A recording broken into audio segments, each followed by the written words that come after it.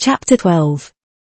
In consequence of an agreement between the sisters, Elizabeth wrote the next morning to their mother, to beg that the carriage might be sent for them in the course of the day. But Mrs. Bennet, who had calculated on her daughters remaining at Netherfield till the following Tuesday, which would exactly finish Jane's week, could not bring herself to receive them with pleasure before. Her answer, therefore, was not propitious, at least not to Elizabeth's wishes, for she was impatient to get home. Mrs. Bennet sent them word that they could not possibly have the carriage before Tuesday, and in her postscript it was added, that if Mr. Bingley and his sister pressed them to stay longer, she could spare them very well. Against staying longer, however, Elizabeth was positively resolved, nor did she much expect it would be asked, and fearful, on the contrary, as being considered as intruding themselves needlessly long, she urged Jane to borrow Mr. Bingley's carriage immediately, and at length it was settled that their original design of leaving Netherfield that morning should be mentioned, and the request made.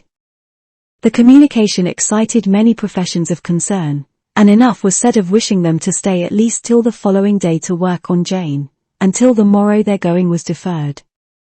Miss Bingley was then sorry that she had proposed the delay, for her jealousy and dislike of one sister much exceeded her affection for the other. The master of the house heard with real sorrow that they were to go so soon, and repeatedly tried to persuade Miss Bennet that it would not be safe for her, that she was not enough recovered, but Jane was firm where she felt herself to be right. To Mr. Darcy it was welcome intelligence Elizabeth had been at Netherfield long enough. She attracted him more than he liked, and Miss Bingley was uncivil to her, and more teasing than usual to himself.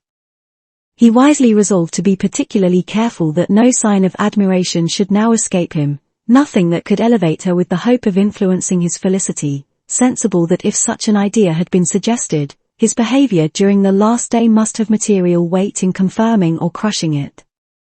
Steady to his purpose, he scarcely spoke 10 words to her through the whole of Saturday, and though they were at one time left by themselves for half an hour, he adhered most conscientiously to his book, and would not even look at her. On Sunday, after morning service, the separation, so agreeable to almost all, took place. Miss Bingley's civility to Elizabeth increased at last very rapidly, as well as her affection for Jane, and when they parted, after assuring the latter of the pleasure it would always give her to see her either at Longbourn or Netherfield, and embracing her most tenderly, she even shook hands with the former. Elizabeth took leave of the whole party in the liveliest of spirits. They were not welcomed home very cordially by their mother. Mrs. Bennet wondered at their coming, and thought them very wrong to give so much trouble, and was sure Jane would have caught cold again. But their father, though very laconic in his expressions of pleasure, was really glad to see them. He had felt their importance in the family circle.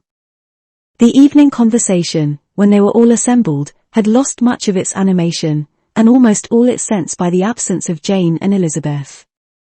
They found Mary, as usual, deep in the study of thoroughbass and human nature, and had some extracts to admire, and some new observations of threadbare morality to listen to. Catherine and Lydia had information for them of a different sort. Much had been done and much had been said in the regiment since the preceding Wednesday. Several of the officers had dined lately with their uncle, a private had been flogged, and it had actually been hinted that Colonel Forster was going to be married.